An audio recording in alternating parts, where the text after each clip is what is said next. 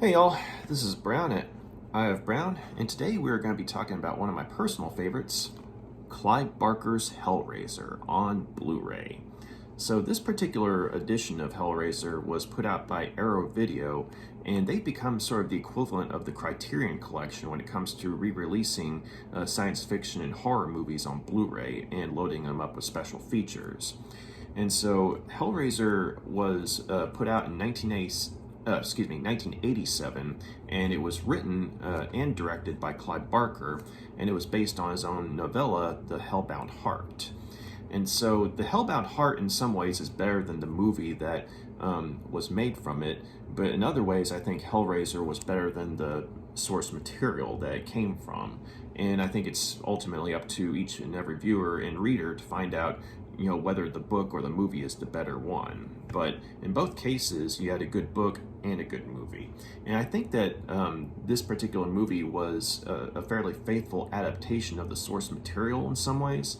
But in others, I think that some of the changes that they made with the movie made it more relatable to, say, a modern mainstream audience, or I should say a modern audience for the time, and even up to today as well. But Clive Barker was best known at the time for writing horror short stories as well as horror novels, and his best known collection at this point in time was called The Books of Blood, which was a groundbreaking horror anthology which it combined elements of eroticism and straight up horror, as well as in your face blood and gore, which made for a rather potent combination. And a lot of the stories in that collection are unforgettable in terms of just how transgressive they are. But Clive Barker had also written several plays back in his younger days, and he also took a shot at writing screenplays with a director named George Pavlo. And the first of these screenplays ended up being a little-seen movie called Underworld, and in some territories it was called Transmutations.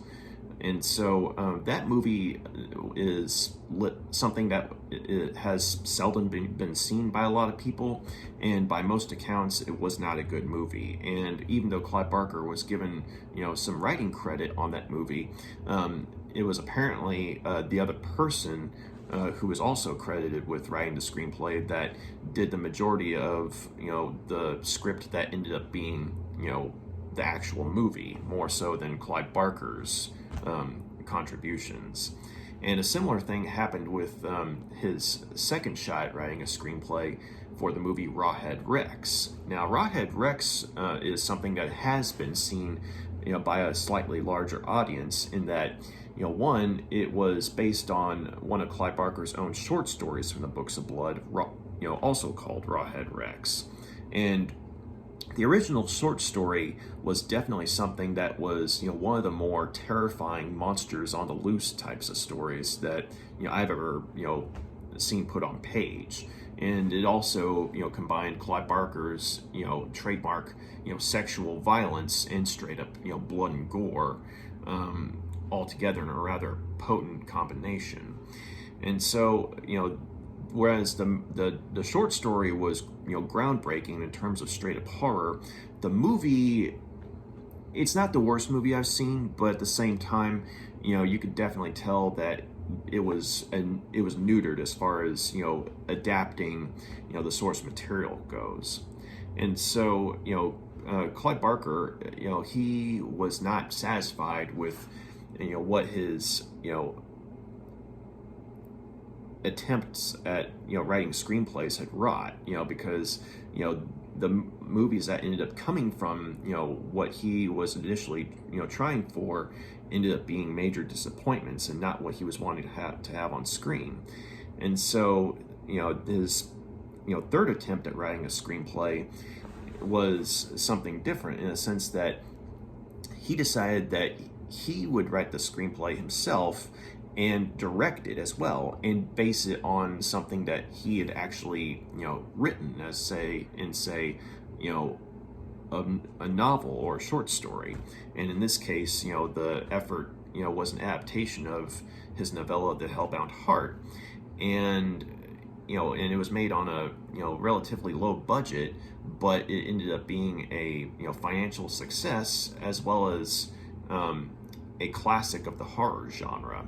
And even for something that came out in 1987, it was very unique in terms of the type of horror that was put on screen, as well as the aspect of, say, dealing with dark family drama that you oftentimes didn't see as well conveyed in other films from the 80s. But the story begins with a man named Frank Cotton, who's something of a world-weary hedonist. He's seen it all, done it all, and he has heard rumors of this box called the Lamartian configuration, or as it's just called in the movie, the box. And it's a puzzle box that, supposedly if one solves it, it opens a doorway to a realm of creatures called the Cenobites. And the way, the stories go, the Cenobites are capable of providing those who solve the box with pleasures undreamt of by humanity. And so Frank, he had set out to look for the box, and he found it in some Far Eastern place, and he brought it back home to his old family homestead, where he and his brother Larry grew up a long time ago. But no one's staying at the house at this point in time, so he stays there and kind of makes getaway, or makes that spot his getaway, since he's on the run a lot. And he goes into the attic, and after conducting a ritual involving candles, he sits in the center of these candles and solves the box. And he finds out the hard way that yes, this box does open a door to a whole new realm of creatures, but their version of pleasure and our version of pleasure are two very different things. And basically Frank ends up literally getting torn apart for his troubles. And the Cenobites, once they've worked their quote-unquote pleasures on him, they take his what's left of his body, as well as his soul, into their dimension. And so fast forward to sometime later, Frank's brother Larry has also moved into the house with his wife Julia, and the two of them are basically trying to start over, because they've had something of a tension-filled marriage. And what Larry doesn't know is that Julia, shortly before their wedding, had an affair with his brother Frank. And so she ended up ultimately falling head over heels for a guy who basically saw her as a the equivalent of a one-night stand. But he was very, I guess, intense as far as his sexuality goes, and to where even though she's married to Larry, who is by all accounts a good guy, she doesn't feel anything for him but disdain. And she wants, she wishes that she could be with his brother Frank. But when she and Larry are looking around the place and they see signs that Frank has been there, Julia justifies agreeing to the move, and that in her mind this means that if Frank has been here at some point, then this means that he may very well come back later on. And so Larry, poor guy, being unaware of all this, is happy that Julia is agreeing to the move. And so they along with a couple of movers, they start bringing their stuff in and moving some other stuff out, and they're helped by Larry's daughter Kirsty. And Kirsty is Larry's daughter from a previous marriage, and unfortunately her real mom had passed away. But she and Julia, who is her stepmom, don't really like each other. And Larry's having to constantly play sort of middleman, and having to tell Kirsty, hey, go easy on Julia. This move's not going well for her and what have you. And so, Kirsty's like, all right, Dad, all right. But in contrast with her relationship with Julia, Kirsty and Larry get along rather well and love each other very much. And, she's, definitely a loyal daughter to her father, but at the same time, she refuses his invitation to move into the house with the two of them because, one, there's Julia, and two, she's in her late teens and she's wanting to basically try and make it on her own. So she found a place that was close enough to Larry and Julia to where she could come see them, or more specifically her father,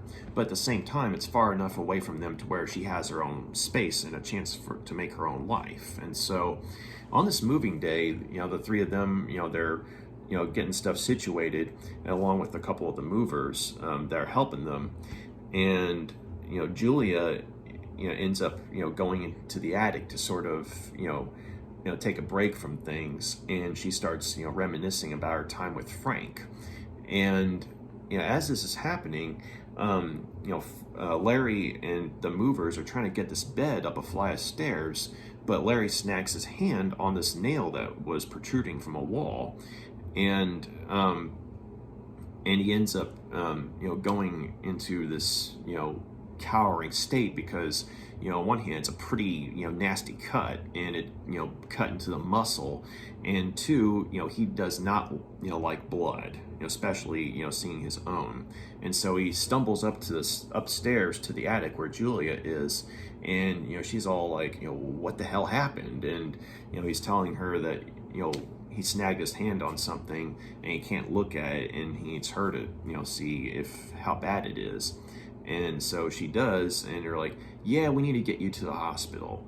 And so even though Julia was just in the middle of reminiscing about her much beloved affair with Frank, she's willing to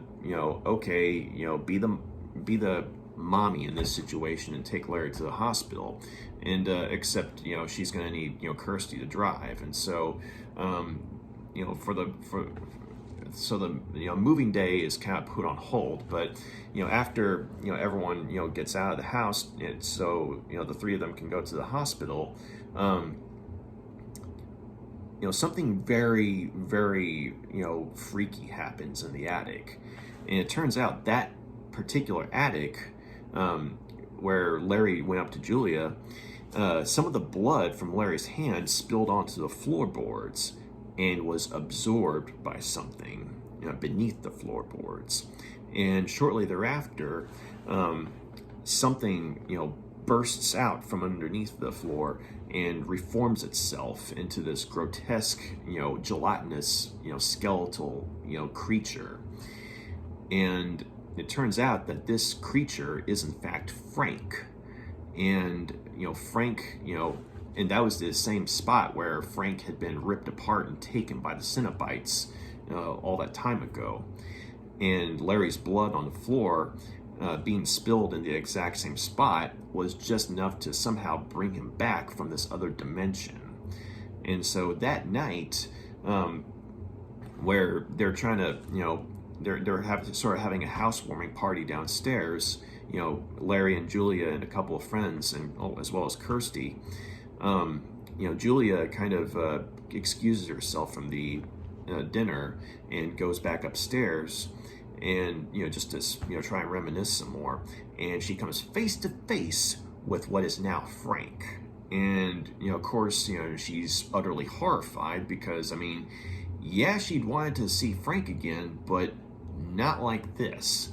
And so Frank, in his skeletal state, is essentially begging her for help, saying that basically he as from what he can tell her, his brother's blood on the floorboards was enough to bring him back. And before Julia can get an answer from him as to where he's been and what happened to him, he just begs her for help. And so that night Julia considers her options. And on one hand she with a man that she doesn't love, or she's married to a man that she doesn't love. But on the other hand, the man that she does love has come back into her life, albeit in a way that she did not expect. And so she remembers her time with him, and it basically decides, okay, I'll do whatever needs to be done to bring this man back to who he used to be, and then we can be together again. And so so she and Frank start this twisted scheme wherein, while Larry's at work, she goes to a singles bar and brings home men for Frank to kill and feed on, or actually just feed on, because Julia's the one who ends up killing them after having seduced them. But Larry's starting to get a little suspicious as to what's going on, because he notices that Julia is not wanting to leave the house, and whereas before she hadn't wanted to stay there. But on the other hand, though, he can't really bring himself to just flat out ask her, hey, is what I think is going on really going on? As in, are you having an affair? And so he asks Kirsty if maybe she could look in on Julia one day. Just maybe there's something going on that maybe Julia just needs a friend to talk to or something, and maybe this could be an opportunity for Julia and Kirsty to actually work on their familial relationship. Maybe it's something that a girls talk will do wonders for, that kind of thing. But unfortunately, when Kirsty gets involved, things go wrong for everyone, and not by intention on Kirsty's part, but her presence in Frank and Julia's scheme throws everything topsy-turvy. And of course, it brings about the likelihood that the Cenobites are going to be coming back and looking for Frank.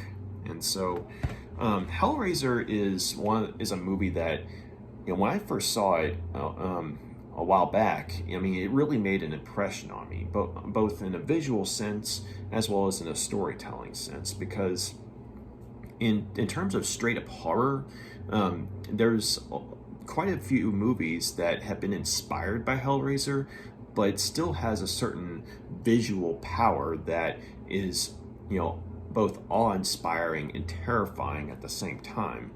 And a lot of that has to do with, the fact that the Cenobites, even though they're only on screen for a few minutes, are very much atypical to what a lot of monsters on screen looked like at the time. Because in the movie version, they look like they literally look like a combination of beautiful and horrifying at the same time, in the sense that they have this leather makeshift clothing that's basically sewn into and through them, and their skin is horrifically distorted, and possibly willingly so. And because it turns out the Cenobites are practitioners of sort of this extreme form of sadomasochism, to a point where pain and pleasure to them have ceased to be distinguishable from one another. And so whenever someone finds the box and solves it, they're thinking that they're going to be getting this sort of paradise experience, but they don't understand that the Cenobites, as far as the Cenobites are concerned, they're just doing their jobs. You opened the box, you wanted to experience our pleasures, and now you're our newest experiment, more or less. And so Frank found out the hard way. And so the funny thing is, the Cenobites, even though they're probably the most memorable part of the movie from a visual standpoint, they're only in the movie for a few minutes, and yet their presence is unforgettable and is always felt throughout the movie, even when they're not there. But of course, the main Cenobite that everyone remembers is Pinhead, as played by Doug Bradley. And in this movie, he was credited as being the lead Cenobite as opposed to Pinhead. Because he was called Pinhead because he's got all these pins in his head in a sort of gridded pattern. But the other Cenobites were very memorable as well. You had the female Cenobite who has a sort of throat contraption wherein her throat's been cut open and basically held in place to be open the whole time, and where she's able to make this sort of rasping gurgling sound when she's not talking. Like every time she breathes, it makes this creepy sound effect. And then you have the Butterball Cenobite, which looks very freakishly grotesque, like a morbidly obese demon, and with sunglasses, and his sunglasses covering where his eyes are stitched together, and his ears have been ripped off at some point. And then of course there's Chatterer, whose eyes have basically just been covered over with tortured flesh, and his teeth, his mouth are tortured in such a way to where he's constantly chattering, and he has this insane smile on his face while his teeth are constantly going.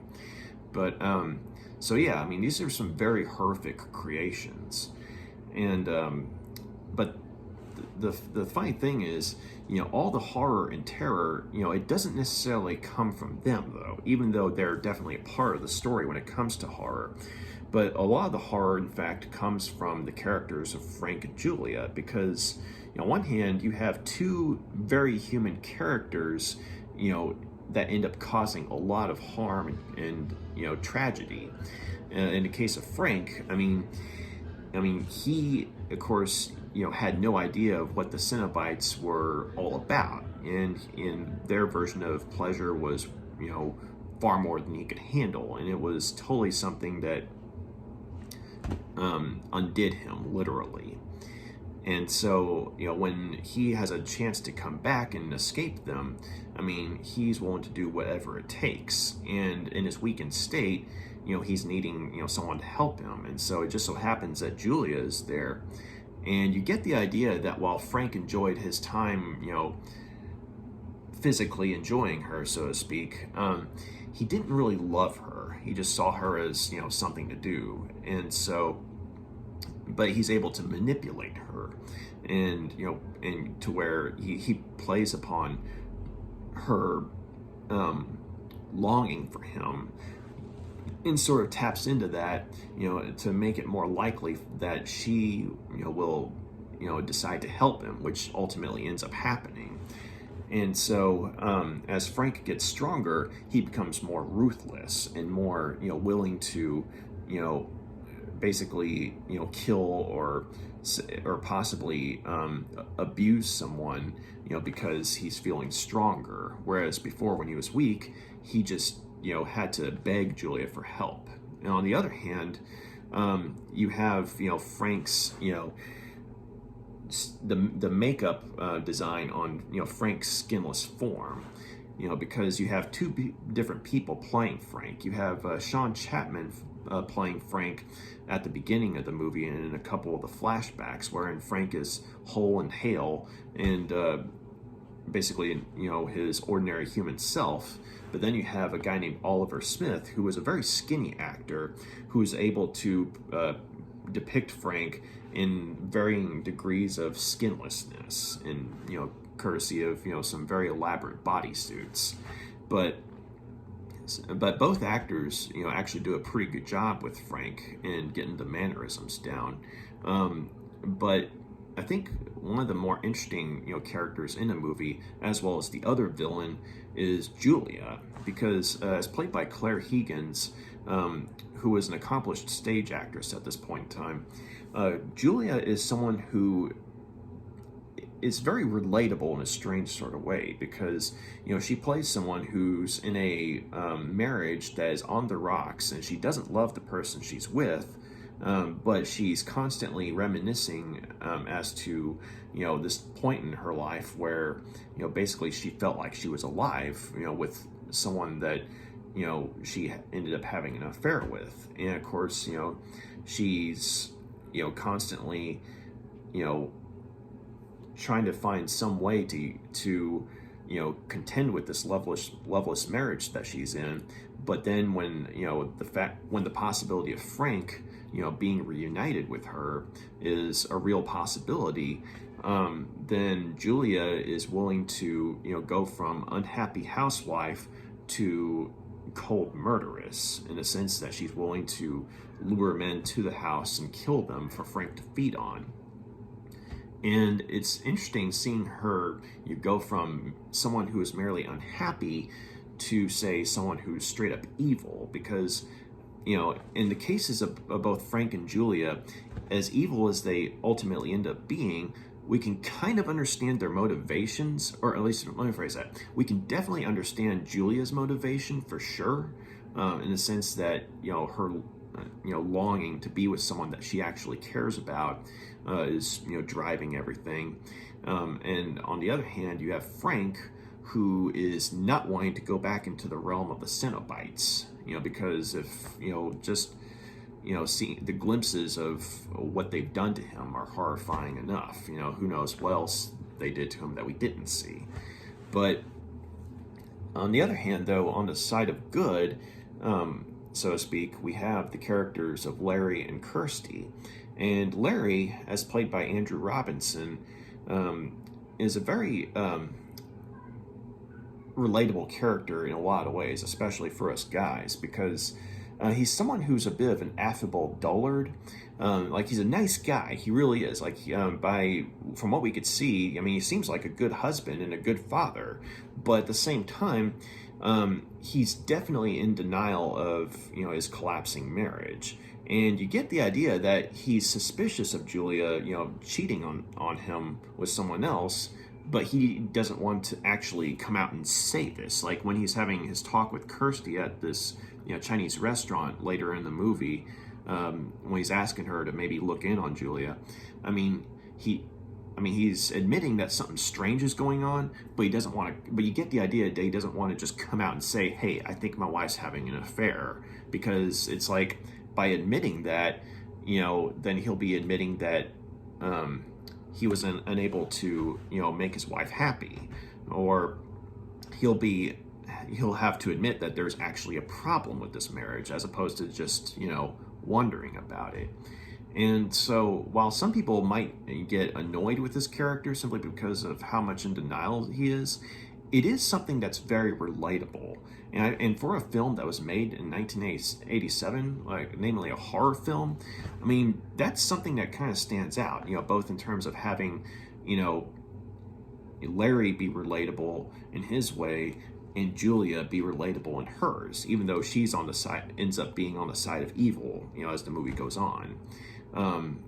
And so, on the other hand, we also have the character of Kirsty, as played by Ashley Laurence. And on one hand, Kirsty's definitely easy on the eyes. Very beautiful, woman, or I should say Ashley Laurence is a very beautiful woman, playing a neat character.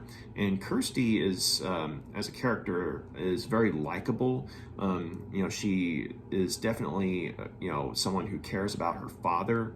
And at the same time, though, you get the whole idea that, as much as she loves her father, she's wanting to, try and make her own life, and so hence why she's willing to move near them, but not live with them, if that makes sense. But she just, comes across as a really sweet girl, who is wanting to be there for, her father, but at the same time, she has this mutual loathing with her, stepmother, which is very understated, but at the same time, believable. And so, when she ends up getting involved in Frank and Julia's schemes, as well as the Cenobites, you definitely see, the terror that comes with the situation, but you also see this, surprising inner strength, wherein, she has enough sense to try and either fight back or to try and make a deal with the Cenobites.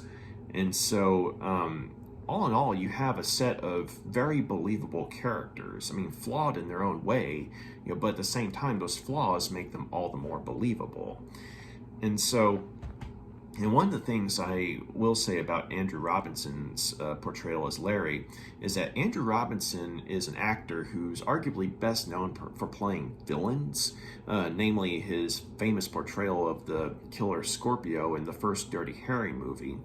And also, he played a character named Garrick on the show Deep Space Nine, who was never a villain, but you knew that he had some shady stuff going on. But, he ended up being a good guy, though. But at the same time, there was a darkness to his character. And so Andrew Robinson, is usually known for playing darker types of characters. And so seeing him in a role wherein he's playing, a loving husband and, father, is something that was a twist. But just because, he's playing a good guy here, that doesn't mean that later on, he doesn't get to tap into that dark side that, he's so good at, depicting. And I'll just leave it at that. But, and there are points in the movie where even though Julia is, responsible for killing men for Frank to feed on, there comes a point, though, where we're kind of on her side, because of the way that Clare Higgins plays her character, and just the fact that, I think a lot of us have been there to where it's like, maybe we're with someone, but it's not a happy marriage or relationship, and then it's like we're constantly, remembering a time when, hey, things were better, or at least in our eyes. And so it's like, what would we do if the opportunity came to, say, be with that person again? And of course, in this case, in this horror movie, it's taken to an extreme level. Like, she's willing to kill men, for her lover to feed on. And so, and you see her, basically, having, the compassion for her lover, who's in a very desiccated state, and she's kind of like a mother figure in a way because she's, feeding him. But at the same time, she has a certain level of control of the situation, which I thought was fascinating because on one hand, she's manipulating these men, but on the other hand, she's, the one who's giving Frank a chance at, coming back to life or rebuilding himself. Like, if she hadn't have gone along with it, then Frank would have just been stuck in the attic, in his helpless state. But it's because of Julia's actions that Frank has a chance at, becoming whole again. And, their interplay with one another is fascinating to watch, because, you have Julia, who's almost like the criminal mastermind, but then when she's with Frank, though, she's putty in his hands. And so it's like, even though Frank is in this skeletal, monstrous state, like, he's still able to, seduce her. And I thought that was like a very interesting dynamic there. And of course, with the character Kirsty, I mean, I think a lot of people in the audience might relate to her character as well, in the sense that, she's a teenager, and while, yeah, she's had some family drama, of course, in her life, I mean, she still is relatively innocent, and has little of the baggage that comes with, say, being a full-grown adult. And so it's like, in a lot of ways, we're seeing things from the eyes of someone who's a lot more optimistic, but then we see her be exposed to, the dark reality of what her family has become, courtesy of Frank and Julia. And of course, her involvement with the Cenobites, I mean, is something that definitely shapes her, in, films to come. But all in all, though, I really liked this movie because, like, I mean, it was very relatable from a character standpoint, and I think a lot of, people in the audience who watch this movie might appreciate the movie for that. And also, in terms of the horror, it's a very unique form of horror because it's more atmosphere-based, but at the same time, when the blood and gore happens, I mean, it's brutal. But one of the standout moments for sure, though, is in the scene where Frank is resurrected, or Frank's resurrection scene, because, when it happens, it's something that is so grotesque and beautiful at the same time, and it's transpiring as Christopher Young's magnificent score's playing, and it's like you're hearing this ominous waltz while this grotesque flower is in full bloom of Frank's body rebuilding itself. And the way they did it was, they used stop motion, and like I guess it was like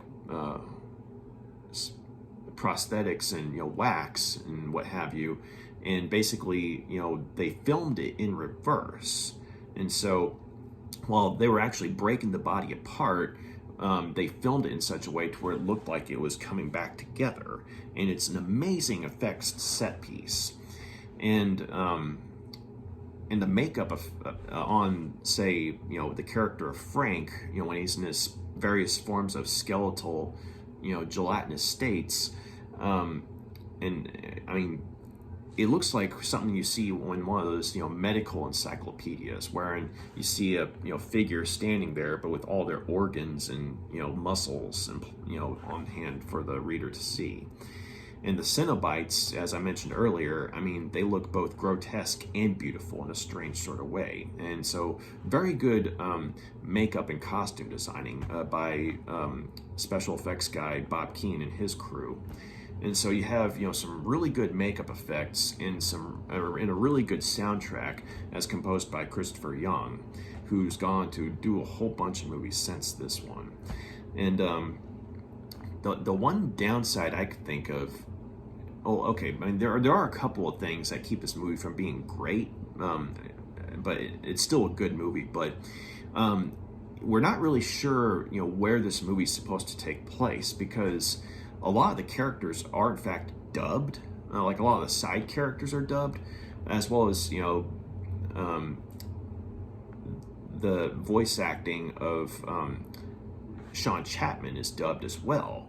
And so it's like, you can tell that at times that the dubbing doesn't quite match up with what they're saying, but the way it's done, though, we're not sure if the movie's supposed to take place in London or if it's supposed to take place in America, because everyone talks like they're in America, but at the same time, there's a scene, for example, where we see this nice London train going by. And so there's a little bit of confusion as that goes, because the original story is set in London, and so I think Clive Barker and his people, they had wanted to have the story set in London, and it was filmed in London too.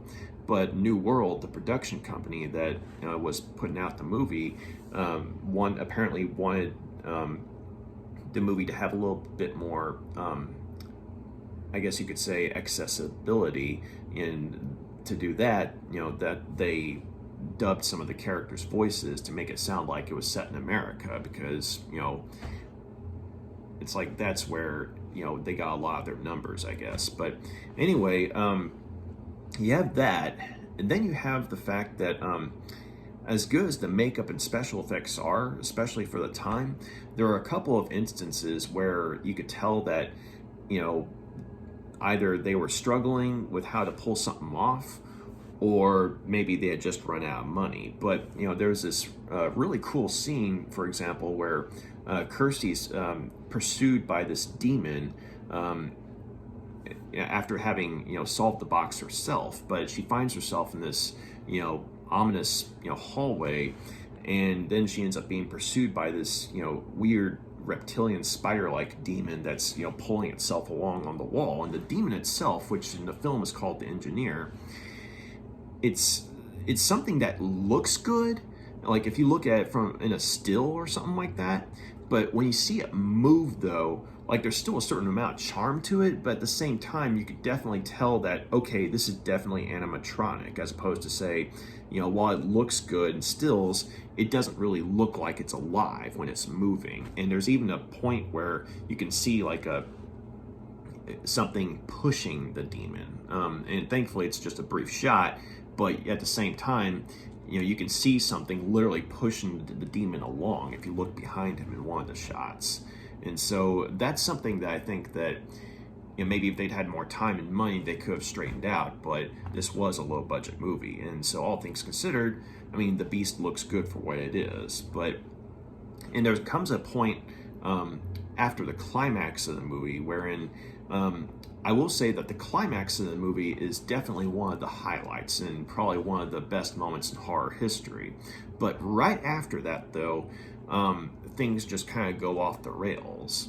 And so, one of the things that ends up happening is just that you could tell in terms of special effects that they were running out of money or they were out of money, because what you have these, drawn in lightning effects, which, look pretty bad.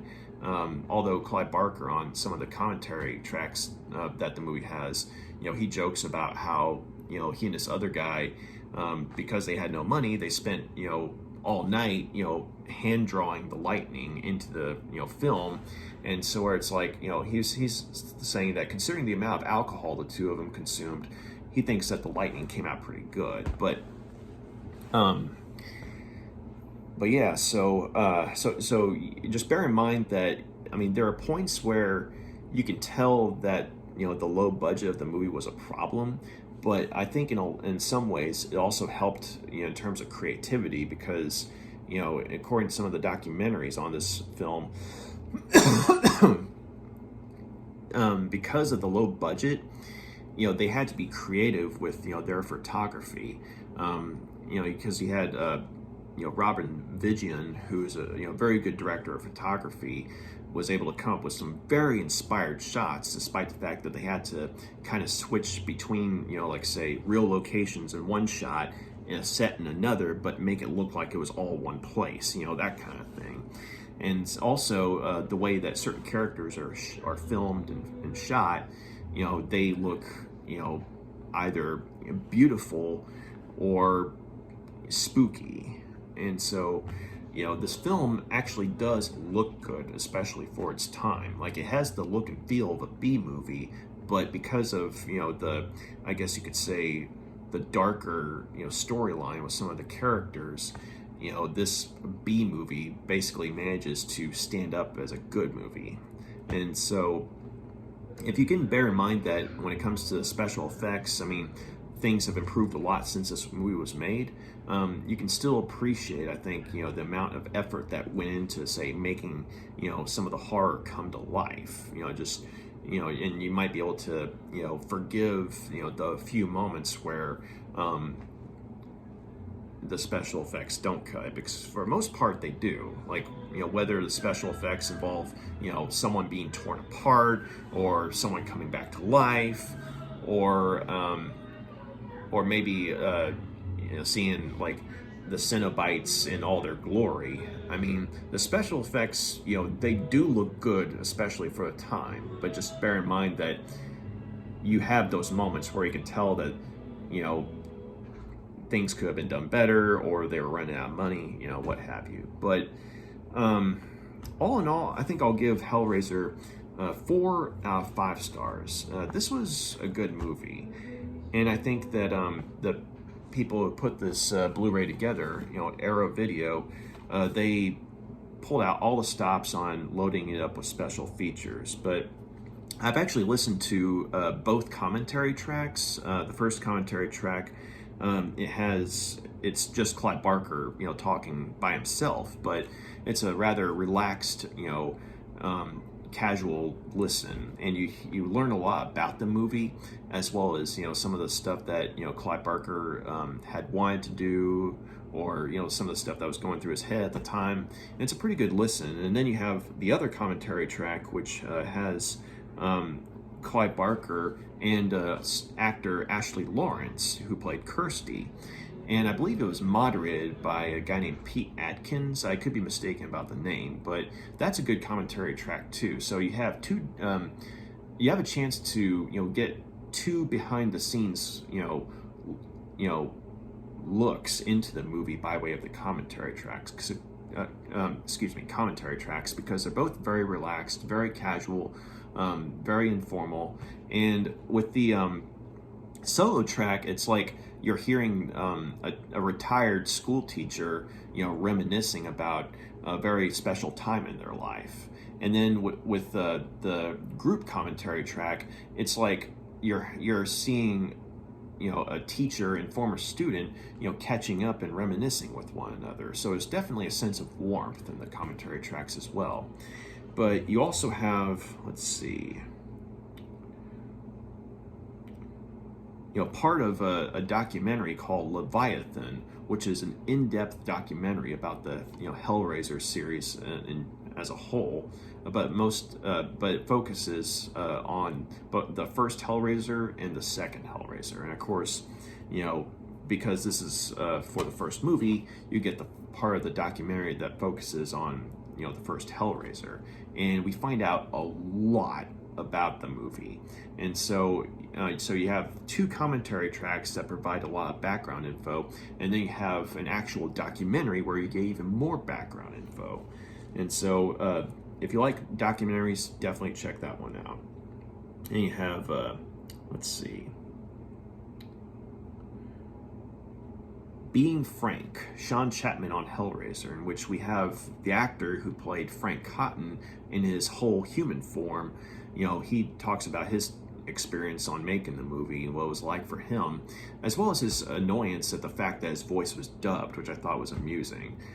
Because you hear his voice, as he's talking, and, it's like, why didn't they just keep his voice? It sounds, pretty good for the character.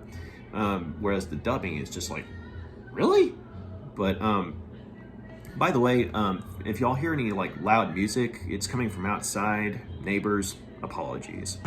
But one of the things about Sean Chapman as Frank is that he has a brief part in the second movie, and his voice was actually undubbed. And so you hear him in that movie, and then you hear him in this little behind the scenes feature. I mean, yeah, I'm kind of at a loss as to why they decided to dub his voice, because he actually sounded pretty good. But then you have, let's see, what else? Soundtrack Hell, the story of the abandoned Coil score. And it turns out, that Christopher Young wasn't the original choice to score Hellraiser. It was actually this industrial group named Coil. And one of the band members, a guy named Stephen Thrower, I believe, and he and Clive Barker actually kind of became friends because he worked at Thrower worked at a record store that Barker went to, and the two of them, they talk shop and what have you. And so, and that's how he found out that Clive Barker was wanted to work on a horror movie, and he was wanting someone to score it. And so Stephen Thrower and the other two guys in Coil, they did some music for Clive Barker to listen to, and they were more like demos, right? But they were very dark and ominous and very industrial sounding, and it would have been very atypical of a lot of horror scores at this point in time. And Barker liked the score, but the way Stephen Thrower talks about it in this little documentary is that the producers of the movie, basically, had this either or, spot for Clive Barker to consider, because they liked the dailies and they were willing to give the movie some more money, or they were willing to, give Clive Barker and crew, more money to, work on the movie, namely for special effects. But they said that, if we give you more money for the special effects, then y'all need to change, the music. And so it's either you get more money for special effects, and kick Coil out, or keep Coil and, not having enough money for special effects. And so that's where Christopher Young came in with the orchestral score. And I think that Coil's score, had it been made into a full-on score as opposed to just the demos that are available, I think it would have been very atypical, especially in comparison to a lot of the scores of horror that came out at the time.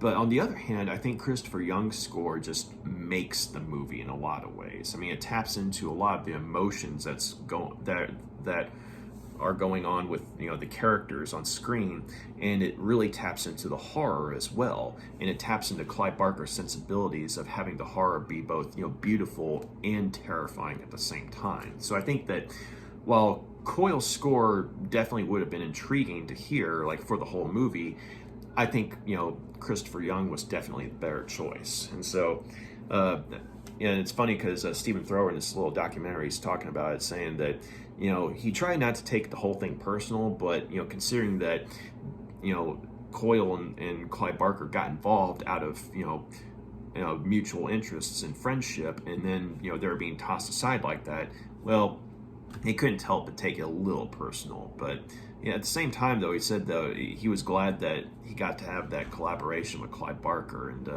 and so are the other guys. But so you have that, and then you also have, let's see, Hellraiser Resurrection. And this was a making of documentary that was actually from a couple of the other DVD releases, and where you basically find out a lot of the stuff that you've probably already learned if you'd listened to the commentaries or you watched the Leviathan documentary. But seeing as how this was something from like the early 2000s, it's fascinating to see some of the actors and artists how they felt about the movie when reflecting on it in, say, the 2000s or early 2000s, and then fast forwarding to, say, the Leviathan documentary and seeing them reflect on it then. So let's see, what else is there.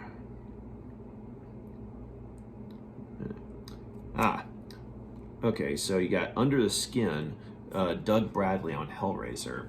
And Doug Bradley was the actor who played the lead Cenobite, who would go on to become, Pinhead, who would become the face of the Hellraiser series. And he's, always, cool to, listen to when it comes to, conversations and interviews and what have you. And, he talks about some of the stuff, is already covered in some of the other documentaries, but at the same time, hearing him, actually, reflect himself on some of the stuff that went on in the past, like how he and Clive Barker became friends, their days in theater together, and then how he got to become the lead Cenobite. And one of the things about his part in the movie is that originally he almost didn't take the part because he was given a choice, because he was friends with Clive Barker, and Clive Barker was wanting him to be in the movies. He's basically had two choices. He could play the lead Cenobite or one of the movers, who are helping Frank and Julie and Kirsty get the stuff situated in the house. And Doug Bradley, by his own words, I mean, he almost didn't take the lead Cenobite part because he said, well, hey, even if I'm only on screen for a few minutes as a mover, I mean, people will actually see my face and know it's me. Whereas if I'm in makeup, no one's going to know it's me. But thankfully, though, Doug Bradley ended up choosing the lead Cenobite part. And for the few minutes that he's on screen as the lead Cenobite, aka Pinhead, he's beautiful, okay? But seeing him just, being able to, talk about, the process and everything and just, what it was like, it's a treat to listen to. And he seems like a pretty cool dude as well. Let's see, what else is there? Okay, so you have like a bunch of trailers, a bunch of, still art, behind the scenes, press photos and things like that. So, all in all, I mean, you've got like a good set of bonus material for a really good movie. And I was going to say one of the other things about the movie is that there's a certain intelligence, that's present with it that, is very atypical of, say, like a lot of the Friday the 13th films or certain, Nightmare on Elm Street sequels, and in the sense that it's like you have this dark family drama, it's a twisted soap opera, a warped fairy tale, in a haunted house movie, all rolled into one, because there may be no ghosts in the movie, but at the same time, considering that, the horror's taking place in this family home, and it's coming about because of, the horror's coming about because of, dark family ties. I mean, that's very much like a haunted house story in a lot of ways, because that was the house where Frank and Larry grew up in, and here's Frank haunting it, albeit in a solid, if monstrous state. And so, and of course with the Cenobites, I mean, for the brief amount of time they're on screen, I mean, they're memorable not only in a visual level, but on, a psychological level as well, because there's a certain sensibility about them to where it's like, this is just a job for them. And I mean, it's like, the pleasure that they provide, I mean, they don't care that it's torture to, us. It's just, it's what they're supposed to do. It's like, you get the box, you solve it, you wanted what they have. And so, it's just business for them.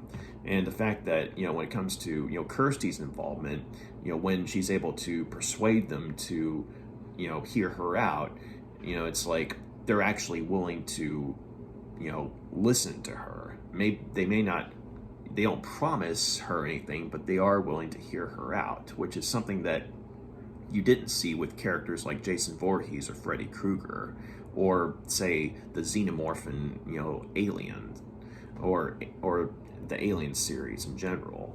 But yeah, so it just it's fascinating how the Hellraiser series has started off as this relatable dark fairy tale slash twisted soap opera slash haunted house story, and and it had dark themes of pleasure and pain from a sexual standpoint that could only be hinted at with the movie.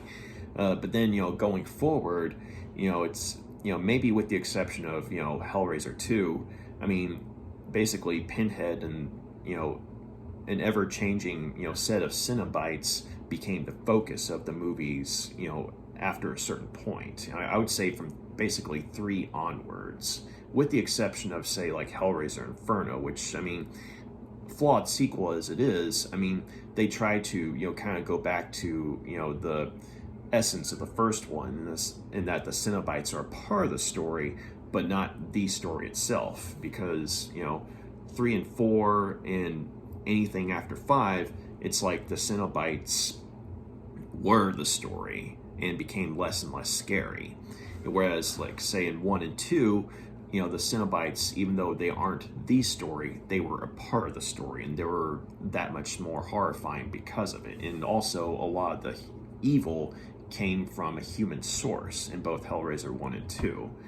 And one could argue even, in Hellraiser Inferno as well.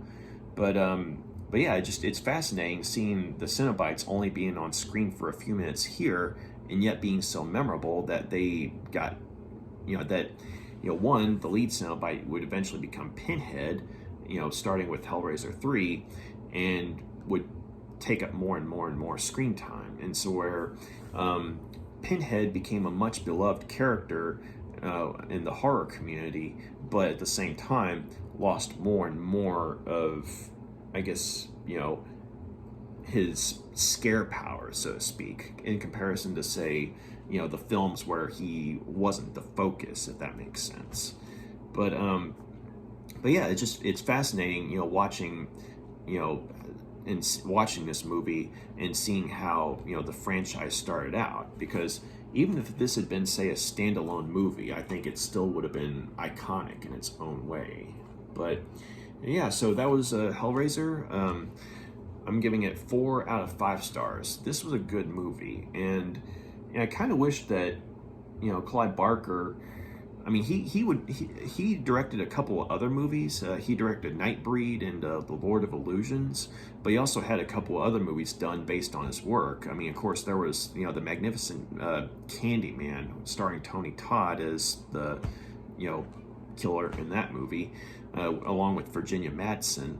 And by the way, if you get a chance, you want to see a really good horror movie from the '90s, Candyman. That's definitely one of it's just a good horror movie, and in terms of being based on a Clive Barker work, I think they improved it in a lot of ways by changing the setting. But one thing I will say is that one of the changes that I appreciated that they made with the movie was that they made it to where Kirsty was Larry's daughter. Whereas in the book, Larry is called Rory, and Kirsty is just, a friend of his who's basically, loved him from afar. But once Julia got involved, she was kind of like, okay, I'll step back, that kind of thing. But with changing it in the movie to where Kirsty is in fact, Larry's daughter, I think that makes it a lot more relatable to a lot of people in the audience, because otherwise it would have been kind of like a static, soap opera character, and so while it might have added to the soap opera feel, I think that, having things be more of a family dynamic as opposed to just, someone who knows someone, like as far as friends go, I think that makes it more relatable. And the actors, just did a really good job of playing well off of one another and, really selling that, collapsing family idea. But yeah, that was the other thing I was wanting to say. But what I was going to say about Clive Barker is that I am glad that he did some other movies, but unfortunately, like those are the only 3 movies he's directed: Hellraiser, Nightbreed, and Lord of Illusions. And seeing his skill on hand here with his very first movie, you could tell that whether or not you like his work, the man's an artist. I mean, he had some good people working with him that were able to help bring his vision to life, especially with, say, like Robin Vigean's photography, and Bob Keene's makeup effects work, and then you have, of course, a good crew of actors in Christopher Young's wonderful score. And so yeah, this was an instance where everything for a first time effort, and despite being on a low budget, came together rather nicely.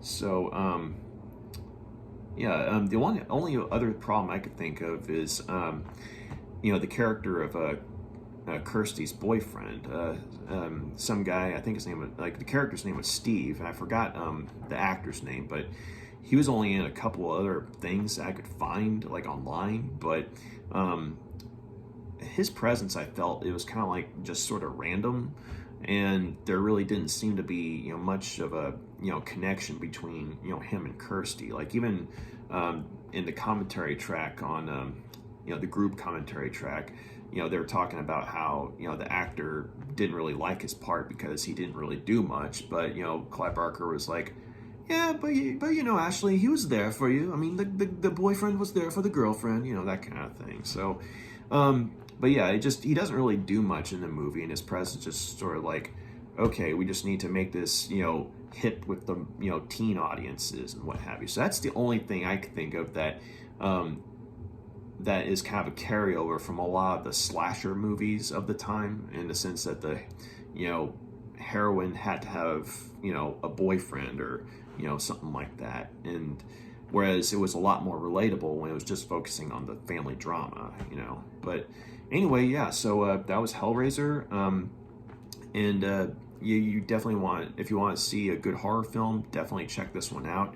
You got any questions, comments, please drop a line, let me know. And thank you very much for taking the time to check out my review. And if you like what you see here, please feel free to like and subscribe. So y'all take care. Bye.